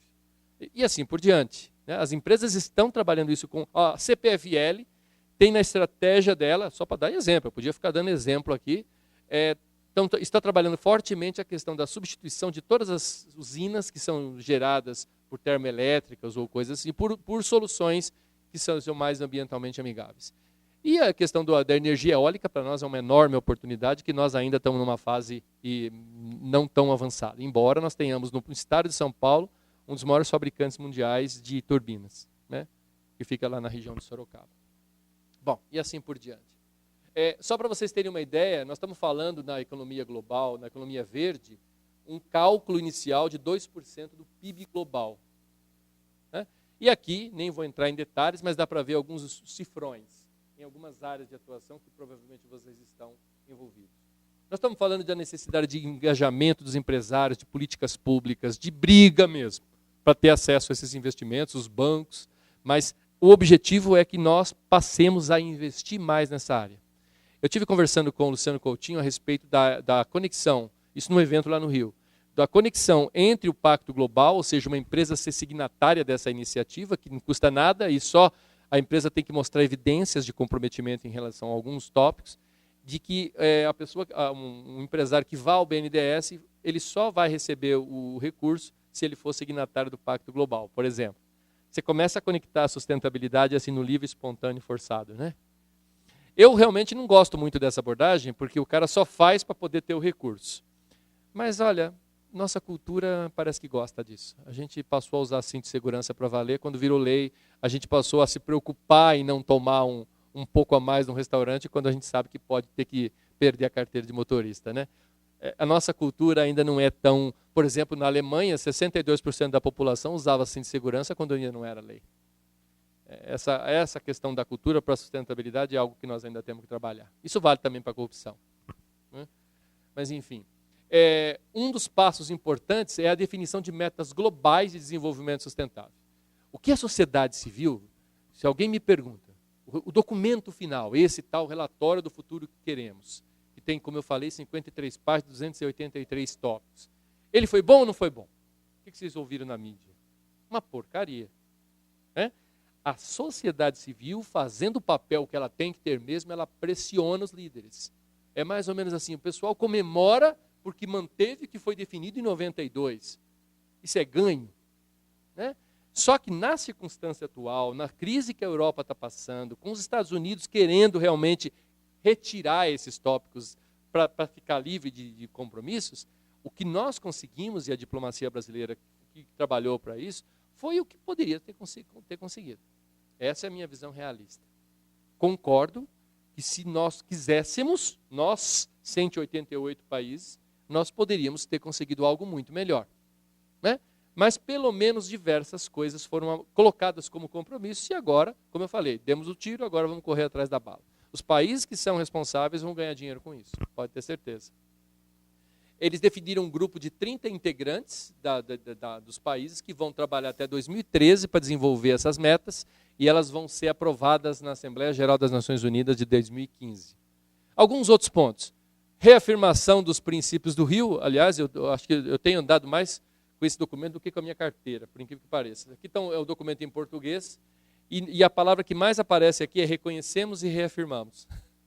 Né? Meta clara mesmo, assim, né? Não saiu, porque eles trabalharam de tal forma para não deixar que elas ficassem materializadas e aí que a sociedade civil bateu com força. Né? O próprio secretário-geral das Nações Unidas inicialmente não gostou, depois ele passou a gostar. Eu acho que ele bateu um papozinho no cantinho com a Dilma, né?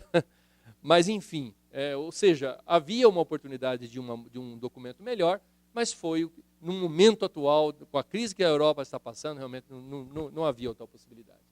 Alguns tópicos, como erradicação da pobreza, segurança alimentar, água, energia, saúde, emprego, oceanos, que em 2015 vão finalmente ter uma carta que vai garantir a sua biodiversidade. As mudanças climáticas com a questão da emissão de carbono, o consumo e produção sustentáveis, eles aparecem de forma clara no documento e os governos vão estar trabalhando cada um dentro da sua abrangência para garantir a definição de metas para o futuro. Existe um programa da ONU chamado PNUMA, em inglês UNEP, que é o Programa das Nações Unidas para o Meio Ambiente. Havia um objetivo claro de transformar esse programa numa agência, só que isso custa dinheiro.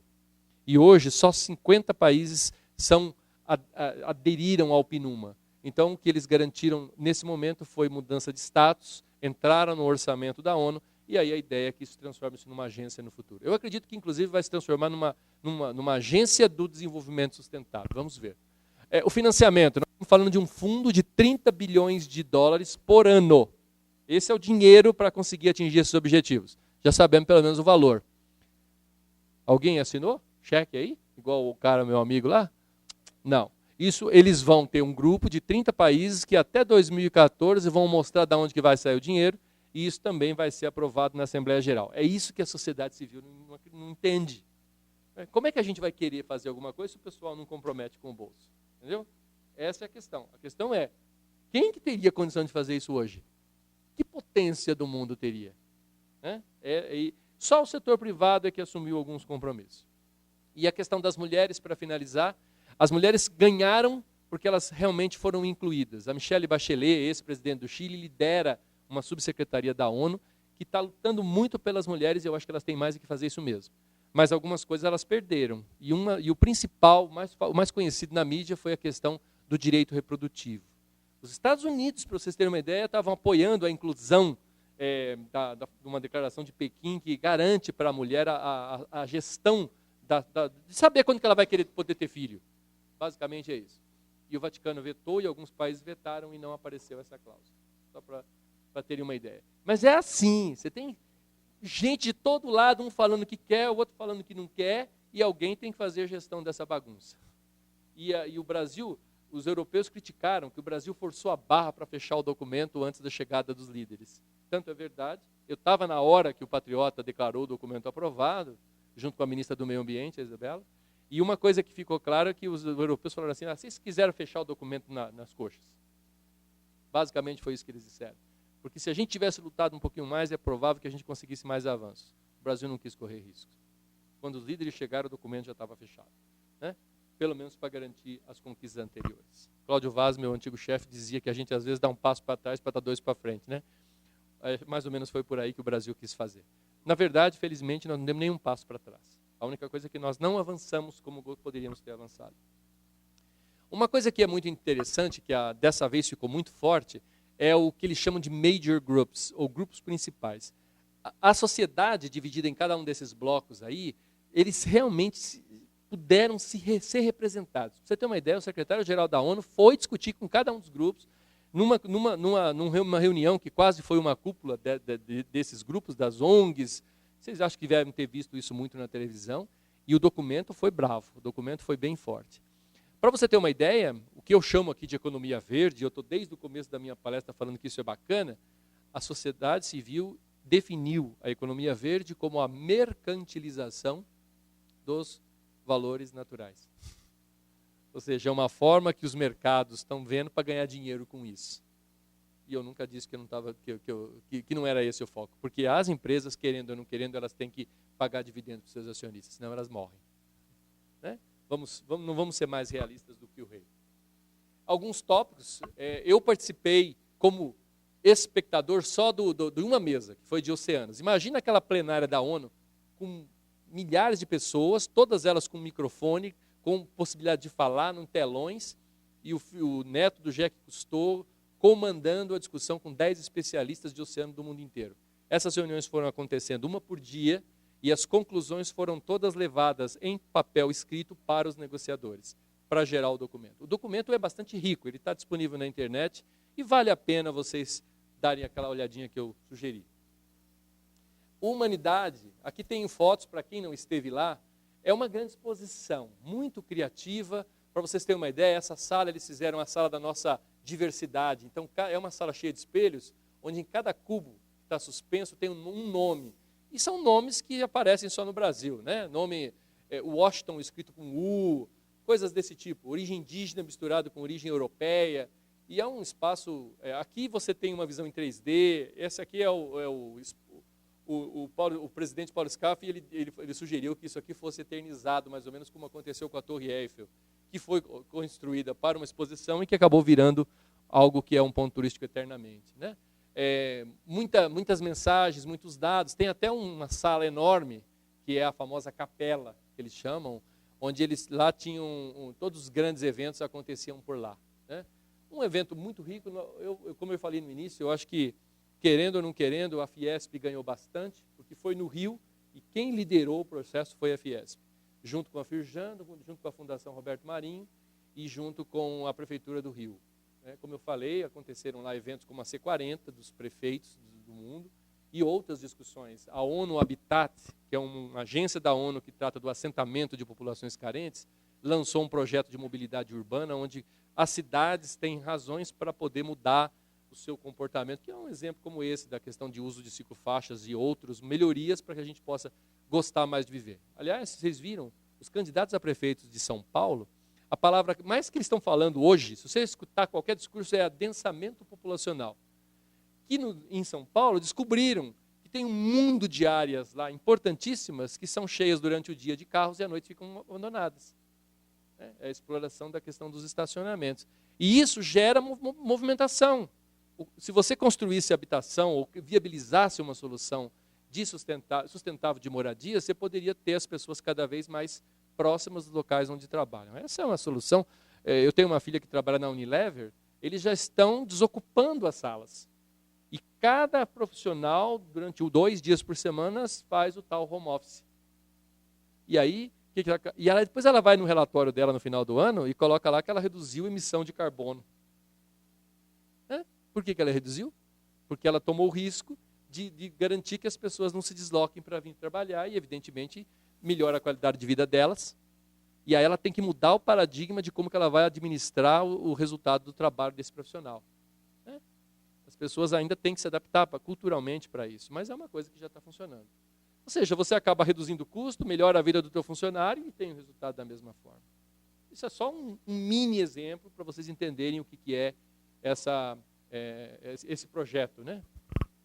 Bom, o Pacto Global, os Objetivos do Milênio são oportunidades.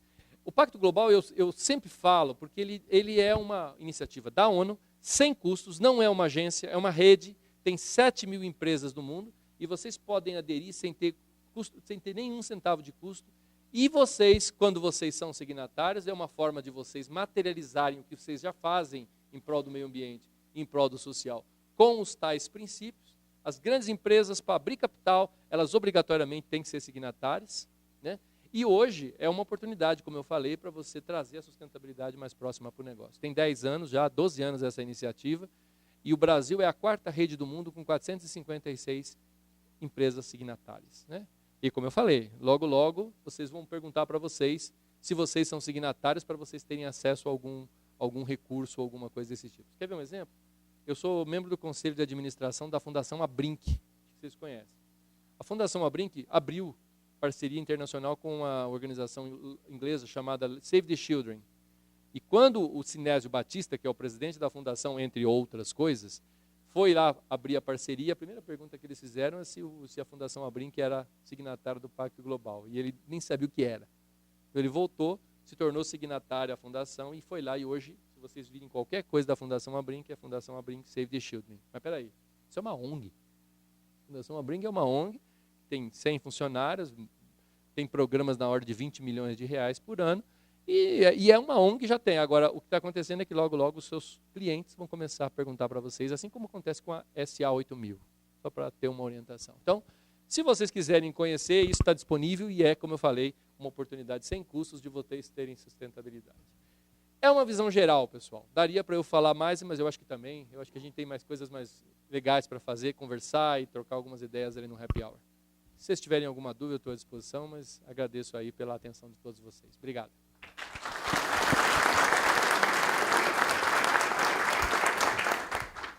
Show de bola, Vitor. Parabéns pela apresentação. Antes de passar rapidamente para as perguntas e o bate-papo, que eu acho que é o mais bacana, né? Eu queria fazer até um rápido comentário, Vitor, quando você falou da questão do trabalho próximo ao emprego, ou o pessoal fazer o home office, é uma das coisas até que nós estamos trabalhando aqui, e o Mauro, enquanto vereador, que está aqui presente agora conosco, ele tem batido muito nessa tecla, né? A questão da bandeira do emprego, que está sendo trabalhado pelo Mauro, enquanto vereador, que é a nossa bandeira também, tem total conexão com essa questão de sustentabilidade, meio ambiente, a questão do emprego e principalmente a qualidade de vida. Não só a questão de dar renda às pessoas que estão aqui, né? A questão de dar qualidade de vida. E aí as coisas se integram, né? É isso, mas a questão das ciclofaixas, que não é simplesmente pela ciclofaixa ou pelo esporte, é a questão de qualidade de vida, né? Uma outra coisa importante que nós fizemos, né, Claudinho, e que foi pilotado, puxado pelo Mauro, nessa questão dos stakeholders, né? Nós temos 2 importantes, né, dentre todos os demais. Um é a comunidade, né? E dentro da comunidade, um trabalho que está sendo feito pelo Mauro, enquanto vereador, é a inserção da comunidade junto às empresas, junto às indústrias, né? Para mostrar a importância da indústria e das empresas aqui, né?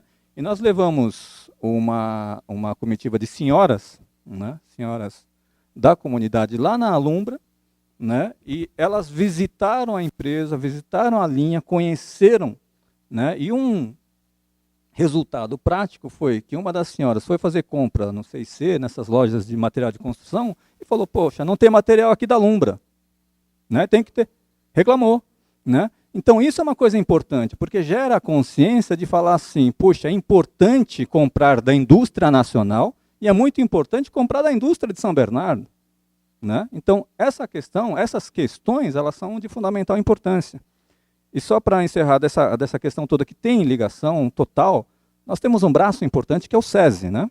Serviço Social da Indústria. Serviço Social da Indústria. E um outro trabalho é a inserção do SESI junto à comunidade, que está um pouco falha. E um outro ponto, de um outro grupo de senhoras que nós estamos trazendo, e que tem N projetos importantes, a gente tem o carimbinho do SESI enquanto escola, mas ela não é só escola, né? Tem lá todo um complexo de lazer e tudo mais para o trabalhador da indústria, mas também tem projetos importantes como o Alimente-se Bem, né? E o Alimente-se Bem foi um projeto que agora nós fechamos uma turma, hoje inclusive, de senhoras da comunidade lá no Alimente-se Bem, através de um trabalho do Mauro enquanto vereador, para trazer para dentro, para inclusive explicar a importância do SESI e de onde vem o financiamento de instituições como o SESI e o SENAI, que fazem parte do sistema Fiesp, Ciesp, SESI e SENAI. Então esses são pontos importantes que eu queria estar rapidamente conectando com as suas palavras. Bom, abro aqui rapidamente para as perguntas. Alguém gostaria de fazer algum comentário, alguma pergunta? Não? Todo mundo está querendo, acho que para o churrasquinho, né? Então, a sustentabilidade do corpo. Domingo? Sobre a Petrobras. Ok. O Mauro lançou um projeto há uns 4 anos atrás, 3, 4 anos atrás, pegou 3 empresas piloto para fazer o cadastramento na Petrobras.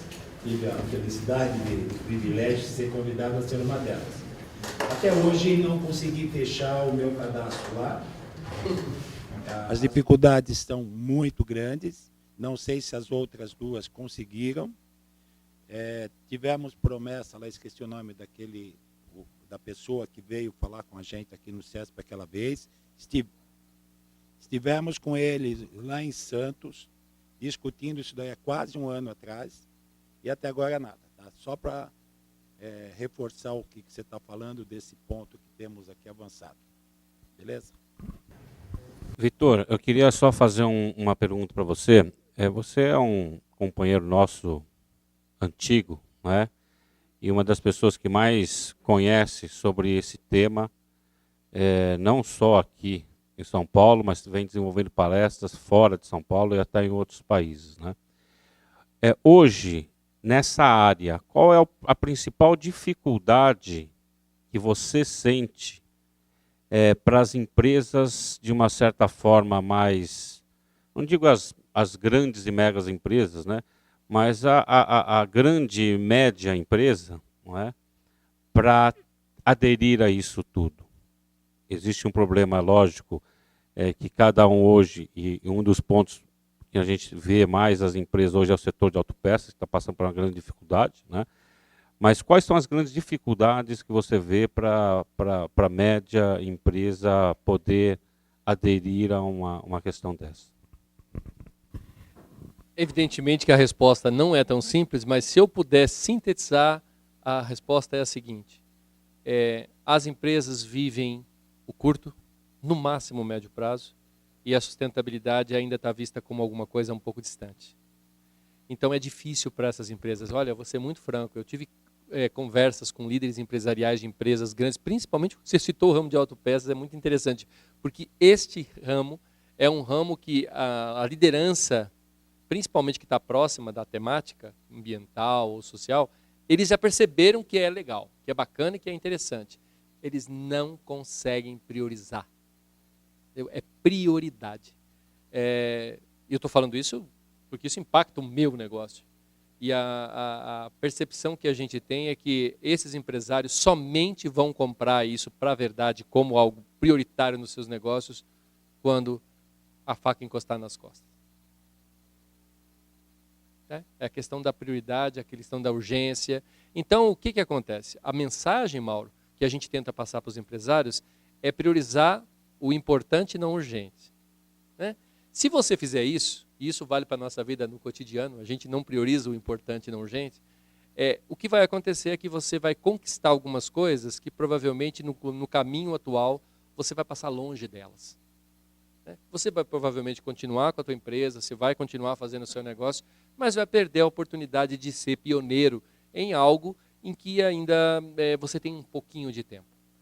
O exemplo, o porquê que eu estou dizendo isso, que tem um pouquinho de tempo, é porque o consumidor, pegando o negócio business to consumer, ele ainda compra por preço, ele ainda compra por benefícios de marca totalmente intangíveis.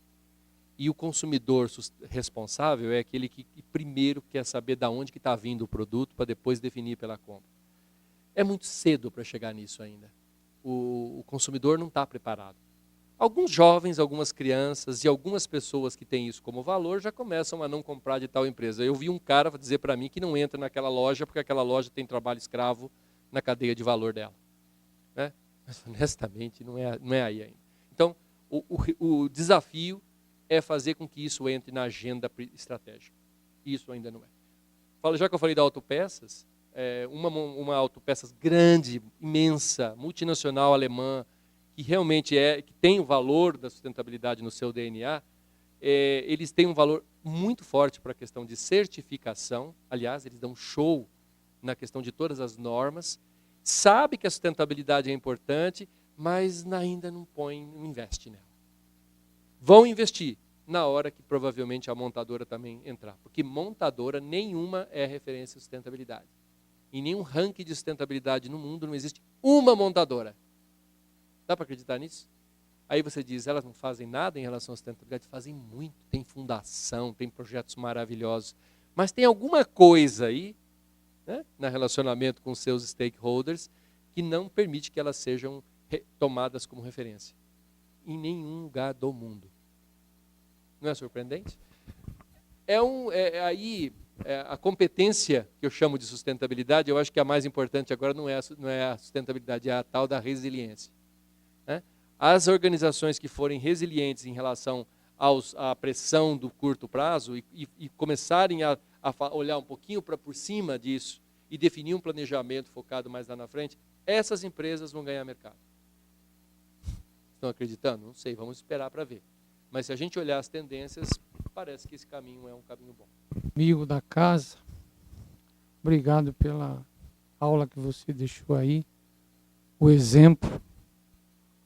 Eu acho que tem material suficiente para fazermos uma meditação. Você tentou sintetizar o todo que aconteceu lá num tempo pequeno, mas foi brilhante. E eu saio daqui com o compromisso de, interpretando o que você falou, diria que tenho que tomar uns puxões de orelha. Tenho que rever uma série de atitudes e conceitos, e falta, inclusive, de atitudes. Eu quero mais dar um depoimento. Eu estive ontem na federação, na reunião plenária, com os presidentes de sindicatos e diretores de plenária. E o que nós ouvimos lá, que o Espaço Humanidade 2012 recebeu em torno de 210 mil pessoas ao longo desse período, desse curto período. Havia até manifestações no sentido de que a exposição se tornasse, ficasse instalada lá por mais tempo. Mas isso tem um custo que não poderia ser suportado, até porque não tinha um planejamento. Num dos dias, foram 46 mil pessoas visitando, e em alguns dias, fila de espera de 4 a 6 horas. Com feedbacks, retornos na saída das visitas, a exemplo do que você mostrou aí em 4, 5 transparências, da satisfação da população em ter tido a oportunidade de estar nesse evento. O SCAF assumiu um compromisso de trazer esse evento em menor proporção para São Paulo, para que nós tenhamos a oportunidade de poder não só ouvir, mas presenciar os valores, o conteúdo de tudo isso. Já está tratando isso com o governador, com o prefeito, no sentido da concessão de um espaço no Ibirapuera para isso. E muito em breve, acho que nós, aqui de São Paulo, que pelas suas próprias palavras e do que eu vi ontem, levamos ao Rio de Janeiro, essa é a verdade, o evento, esse espaço e esse compromisso. E fica aí a possibilidade de, em breve, nós podermos ter essa oportunidade. Parabéns, Vitor. Obrigado. Muito bom. Vitor, aproveitando o tema do momento, eu queria saber a sua opinião sobre a questão aí de sacolinhas plásticas de supermercado. Não seria mais certo se o governo investisse mesmo em reciclagem, tratamento de lixo, do que essa polêmica de que não deve usar, agora pode usar? Não teria uma solução técnica melhor do que essa questão só de aterro sanitário? É uma questão extremamente polêmica, né? Se fosse em outras culturas, ela estaria definida por por decreto. Por exemplo, na Alemanha, você paga a sacolinha e as pessoas têm a cultura de realmente não usar essas sacolas. Isso é cultural. E lá foi feita uma análise de ecoeficiência comparando a sacola de papel e a sacola de plástico, para ver qual que era mais ecoeficiente. Ecoeficiente é quando você reduz custos e reduz os impactos ambientais. E sabe qual é que deu mais ecoeficiente?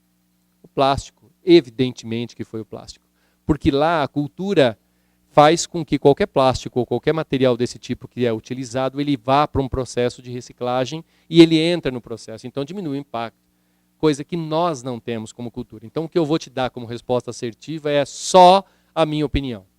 E que está provavelmente muito longe da verdade ou daquilo que muitos consideram como certo. Eu já vi colegas meus que trabalham com essa questão, eles disserem claramente que são contra e acham que o consumidor é que tem que definir aquilo que é mais adequado. Eu fui interrompido numa palestra minha em Ribeirão Preto, quando uma empresária de sacolas, ela veio muito mais para tentar mudar o que já estava definido, enfim. A minha visão é que se nós, consumidores, criarmos o hábito de utilizar sacolas que sejam reutilizáveis, nós vamos, no mínimo, reduzir a utilização de recursos que muitas vezes não são renováveis. É uma escolha que cada um de nós faz.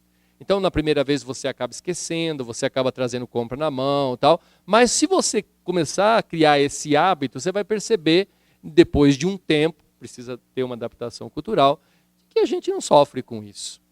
Para os fabricantes de sacola, evidentemente que é um impacto no bolso enorme, inviabiliza o negócio deles. Então, eles têm mais que brigar mesmo. A pressão da sociedade, se você me falar qual o lado bom disso, é que por um motivo ou por outro, essa discussão faz o tema sustentabilidade entrar nas nossas casas. Né? E nós começamos a nos questionar. A minha visão é que vale a pena nós experimentarmos reduzir a utilização. Né? Mas é uma visão pessoal, é uma escolha que eu fiz. Eu, mesmo que liberar a sacolinha de plástico novo, eu já não vou pedir mais como eu fazia. Aliás, a gente tem que contar as cachaças que toma, mas tem que contar os tomos que levam. Eu pedi a sacolinha porque eu queria mais saquinho para colocar lixo. Um dentro do outro. Cadê a sustentabilidade no meu comportamento? Então, a mudança de atitude, eu acho que vale a pena, mas realmente são vários interessados nessa questão e cada um tem que tentar sensibilizar a sociedade para um caminho que seja melhor para todos. Né? Nós estamos longe disso, pelo que eu tenho percebido.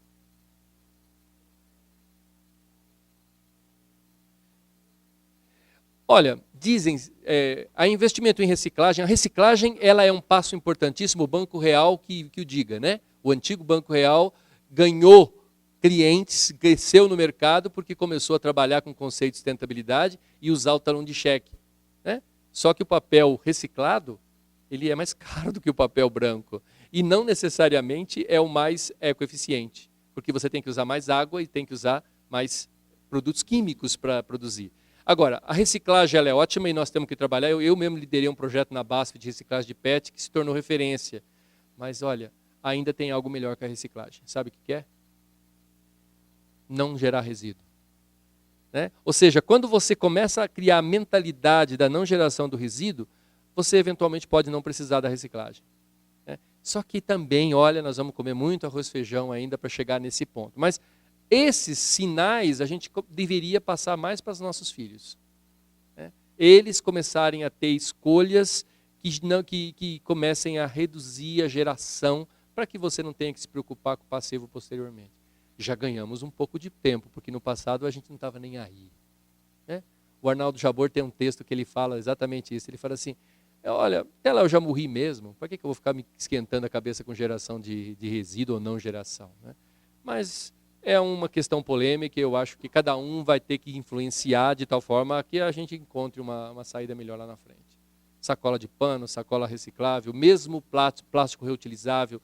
As empresas que produzem plástico estão desenvolvendo materiais plásticos que são derivados de mandioca, de produtos naturais e que se decompõem com tempo menor. As famosas sacolas oxibiodegradáveis que têm uma resistência muito menor. Né? Ou seja, você acaba tendo um produto menos impactante, mas também acaba perdendo na qualidade. Né? É um desafio, mas eu acho que a discussão por si só já é positiva. Última questão? Última. Boa noite. Vitor, gostei muito da sua palestra aí, essa primeira visão que você passa da mudança de como o empresário ele vê essa sustentabilidade da empresa, que ele não deve ver mesmo de um modo social, mas sim como um investimento, né? E eu acho que assim, na pequena e média empresa, o principal problema realmente é esse, que do empresário enxergar a sustentabilidade como uma inicial despesa, um inicial custo adicional, e a dificuldade dele enxergar isso como um investimento. Então, primeiramente, eu gostaria de saber se você concorda que na pequena e média empresa é essa mesmo a grande dificuldade, e se existe algum projeto já iniciado para mudar essa visão do pequeno e médio empresário, e se mesmo aqui na Ciesp, mesmo em São Bernardo, a gente poderia iniciar alguma coisa nesse sentido, se existe alguma sugestão sua nesse ponto. Algo que o Itoshi tinha comentado, né? Realmente, a preocupação do pequeno empresário é a sobrevivência. Ela é muito mais fundamental na questão da sustentabilidade do que as ações os investimentos que ele possa vir a fazer. Porque na medida em que ele fecha, ou ele acaba tendo um impacto social que é muito pior do que qualquer coisa que ele deixa de fazer. Ou seja, a primeira coisa é usar a criatividade, começar a trabalhar em parceria e começar a tentar imaginar impactos sociais que possam ser bons, como o exemplo que eu dei da diretora da escola, né? E que não impacte no seu bolso. Vou dar um exemplo da Macron, uma indústria gráfica que tem uma história muito interessante nessa área. Eles fizeram um trabalho social onde a pessoa, que é a diretora, que é a nossa colega aqui, ia na casa dos funcionários e ela tentava mapear as necessidades. E aí, depois de um mapeamento, ela transformava isso em iniciativas voluntárias. Ou seja, percebeu que as esposas dos funcionários da Macron não tinham renda.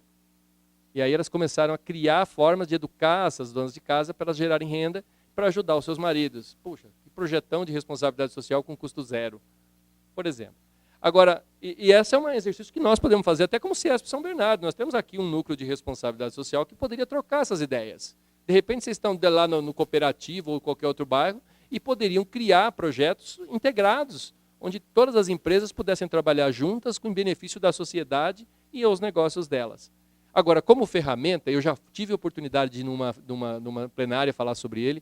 Eu não conheço ferramenta melhor que o modelo SESI de sustentabilidade. Estou falando alto, desculpa, mas é só para fixar.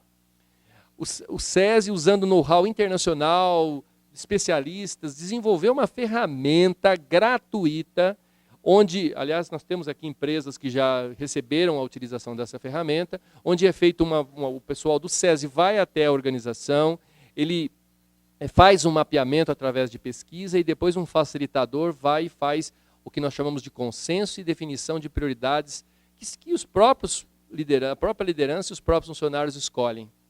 E essa ferramenta, o nível de utilização é extremamente baixo no Brasil. Eles querem criar um mapa dos resultados de todas as empresas, é apropriado para pequenas empresas, e as empresas ainda têm dificuldade de aplicar, justamente por aquilo que eu falei, a questão da prioridade. Não que elas não gostem, não que não tenha ética, que não tenha valor, nada disso. O problema é que na hora que eu vou ter que parar a minha fábrica para preencher um questionário e tal, eu tenho que produzir, meu Deus do céu. E aí, essa questão da sobrevivência acaba impactando. Mas se vocês tiverem curiosidade, o Vanberto Martinez é a pessoa de contato aqui em São Bernardo, né? E é uma ferramenta que pode trazer alguma orientação, né? Evidentemente que o SESI não vai conseguir fazer os investimentos, mas o direcionamento, eu estou certo que essa ferramenta vai proporcionar a todos vocês. Não sei se vocês usaram na empresa, né? Não sei se você quer fazer algum comentário a respeito. Saíram algumas indicações de ações e a gente tem uma reunião mensal onde foi dividido as tarefas e vamos convergindo para chegar daqui a um ano a uma nova avaliação para ver se nós conseguimos melhorar nossa posição lá no indicador, né? Mas é um negócio que vale a pena, envolve o pessoal da empresa e todos dão opinião e consegue com isso uma sinergia, aparecem oportunidades que a gente não enxerga muitas vezes, mesmo pelo dia a dia que você mesmo comentou aí. Eu acho que vale a pena e aconselho quem tiver condições de tentar fazer com o SESI, sim.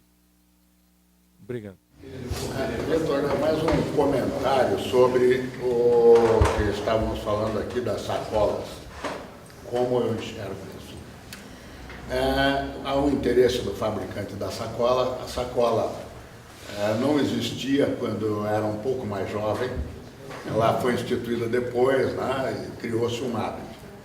Mas o que é que você observa hoje? E eu digo isso porque eu costumo fazer compra. Eu cuido do dinheiro, vou lá no supermercado, seja no Pão de Açúcar, no Extra, no Carrefour, em massivos, entendeu?